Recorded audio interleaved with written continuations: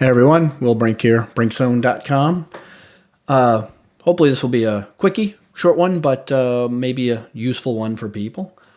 One thing I have seen over the years of researching and writing about whey is a common modern misconception that isolates are inherently superior to concentrates. I have an article on BrinkZone, which is a Q&A, so I cover all the most common questions about whey, difference between concentrates, isolates, hydrolyze, so on and so forth. So I'll link that below so I don't have to explain the differences between, most people know the difference between isolates and concentrates, but regardless, I will link that below, and this is from that article. But what I find online a lot is people, making comments about I only use isolate versus concentrate, or I don't like a product that mixes, or I won't use concentrates or whatever. And as that concentrate is somehow inherently inferior to an isolate. And this is absolutely not true. In fact, concentrates may have some extra benefits that isolates do not. It's more an apples and oranges thing than necessarily one being better than the other per se. So the difference, the major difference is obviously protein amount. So concentrates, a modern good quality concentrate usually run 80%. I mean, you can get as low as 30%, but that's like sweet dairy whey and the big bags of added whey that's added to like dairy feed of animals and stuff. But the human stuff that you're going to see, a good quality concentrate on the market should be about 80%, approx. A good quality isolate is going to be about 90%. So it's not a huge difference. I mean, you remember out of 20-gram serving, you're basically getting about a 1 to 2 gram difference from a 20-gram serving. So this is not, in protein, it's not a huge difference. So people that want the most protein per serving are going to go towards isolates, understandably. But you have to understand that a lot of the beneficial compounds in whey are found in the lipid fraction, in the fat. Now again, because nature has, of course, figured this out. Now we, typical of humans, always want to concentrate, isolate something down to its whatever we think people want, and at that, and then sometimes we lose a lot of the beneficial stuff here. So in the fat part, lipid aspect of whey are these bioactive lipids.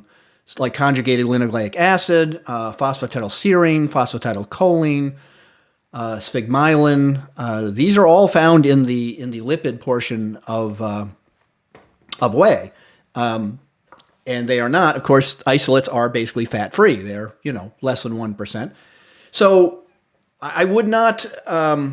If you're looking at whey more from obviously the protein intake, but you're also looking from the health benefits, the immune benefits, that type of thing. There's an argument to be made for concentrates. You should also understand that a lot of the early research, when people are interested in whey protein for its effects on immunity and glutathione and cancer, that research was all done with concentrates.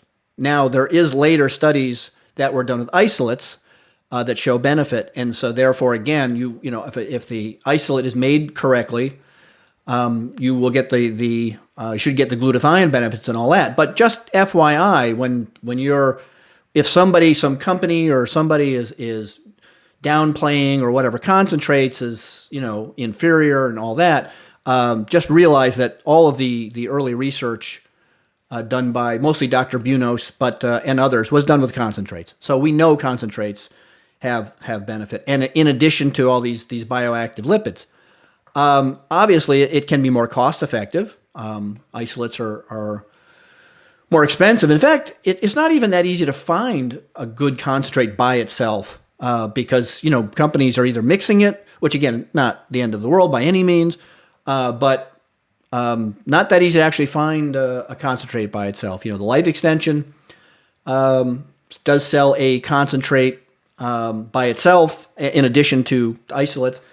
So there may be some cost savings there. 3 is taste. think that concentrates taste way better than isolates. The difference between concentrates taste-wise and isolates is very similar to like whole milk versus skim, because when you remove the fat, when you drink concentrates, they have a very nice, creamy, smooth, fuller taste.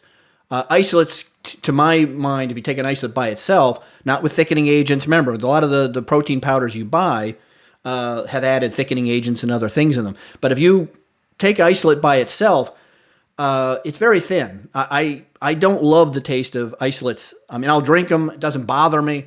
But I will tell you that every time I kind of go back and forth between concentrate and isolates myself. So let's say I go through a few cans of isolate and then I go back to a concentrate. Every time I do that, I am always reminded how good concentrates taste.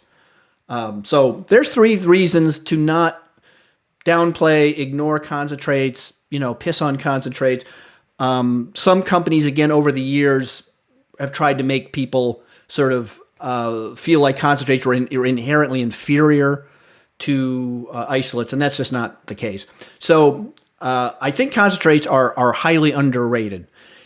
If, like I said, and now, who would not want to use concentrates? Well, now, if you're lactose intolerant, okay, concentrates are probably not for you.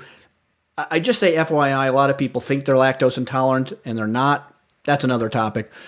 But if you are lactose intolerant, I would say, okay, then isolates are, the better choice for you. And, you are going to get more protein per serving with isolates. Again, I wouldn't, if you have an isolate you like and all that, I'm not saying you necessarily need to drop it, but I would say do not believe the hype about companies and manufacturers that might say negative things about isolates as, they're less quality, they're junk, whatever, what have you. I tend to think that concentrates are a more complete whey protein, again, because you have a lot of these bioactive lipids in the fat. Again, nothing wrong with a mixture, too. Like I say, there's companies that do them as a mix. Or sometimes myself, depending on what I'm doing, may put a scoop of concentrate and a scoop of isolate, when I'm making a protein drink. So, like I say, if you have other questions about the differences, check out that Whey Q&A I did below. And like I say, this is just a quickie. And I'm going to hopefully, obviously, check out Alpha Joe, which is a coffee booster. Tastes good. Good for you. And I'll see you all in the Brink Zone.